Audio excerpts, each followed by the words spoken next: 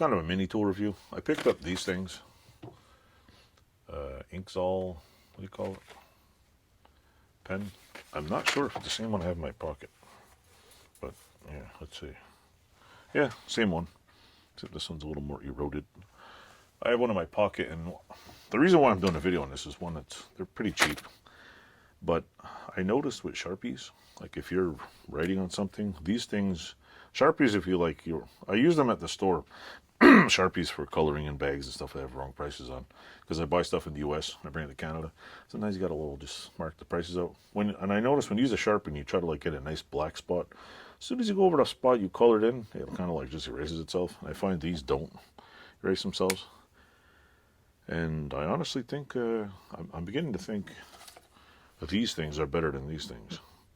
One, in the shape, the little, I don't know, they just seem like they're made better. But I could be wrong. For all I know, these things are probably made by Sharpie. Because, I mean, I don't know. I don't know who makes them.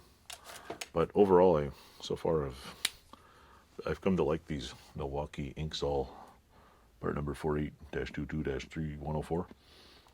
Hard hat clip, it says. I don't know how many people use hard hat clip. It says, writes on dust, wet, oily surfaces, clog resistant. I've noticed it. They work really good. Up to 72-hour cap off life. A hard hat clip has a lanyard hole and an anti-roll design. Anti-roll, I guess you don't want to roll off a building. Does it have an anti-slide so it doesn't slide off a roof? I don't know. Anyway, for anybody wanting cool markers, they're not terribly expensive. I bought a 4-pack for like $6. So, yeah. Anyway, enjoy, like, subscribe, and tell me how everything goes. Thanks for watching.